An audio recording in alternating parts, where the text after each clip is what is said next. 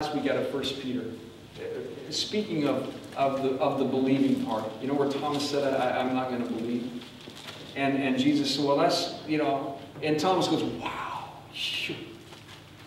man, really, you are alive. You are the Christ. You are the Christ, the Lord. And Jesus says, well, that's great, Thomas. That's great. And I'm glad you believe. But I'm telling you, people are more blessed. They're blessed. They've never seen me yet believe. Do you remember we read that last week? Yeah. That Peter would remember that. Here's Peter in that gathering, and he's listening to Jesus tell that to Thomas. And all these years later, he's writing, you know, his letter to the dispersed believers out there in 1 Peter that we read last week. And he said, even though we don't see him now, we believe. Even though we don't see him, we believe, and we're filled with an inexpressible and a glorious joy. Love that. And Peter, Paul's writing to the church in Philippi, and he says this is for us this morning as we just respond. He said, I want to know Christ.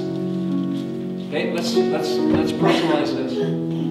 I want to know Christ and the power of his resurrection.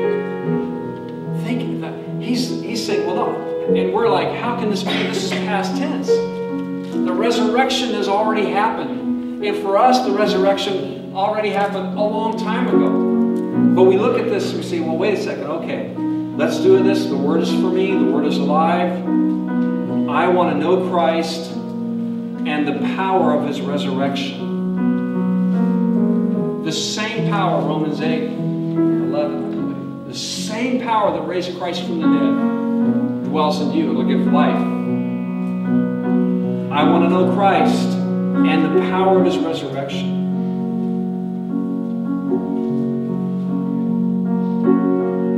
And I just believe that there are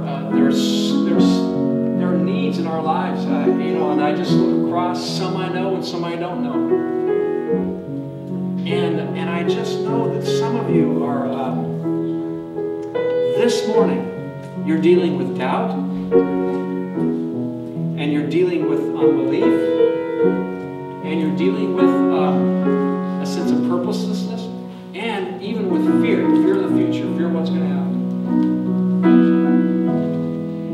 And I just believe, as we respond this morning, that you need to pray this prayer, that you need to, by faith, pray this. Listen,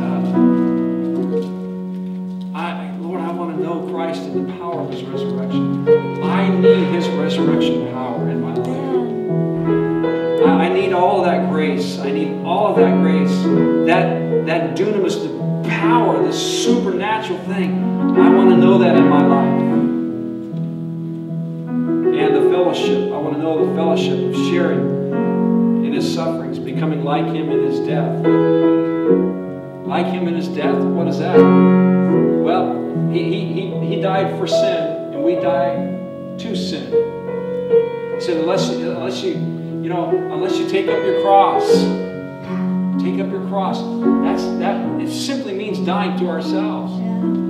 I'm crucified with Christ all the time, every moment of every day. I'm crucified with Christ. It's no longer my life. It's no longer me who lives. And by doing that, we experience his life in us, his resurrection power. There's no resurrection power without a death. Right. And so for us to experience an ongoing resurrection power and him helping us and him healing our marriages and all that, we have to experience sharing in his sufferings and dying to ourselves and our agenda. And we are owed, and we die moment by moment. And so somehow, he says somehow. And he doesn't mean, I'm doubting that this can happen. Somehow he means humbly, with humility, to attain the resurrection from the dead. To attain the resurrection from the dead. That doesn't mean like after, at the end of the days when Jesus comes back. This means in Philippians 3:11, so somehow to attain the resurrection from the dead. That means right here, right now, in our physical lives, we are awakened spiritually, resurrected spiritually from spiritual death to spiritual life. Amen. Among the spiritually dead, we can be resurrected and walk in resurrection power as we die.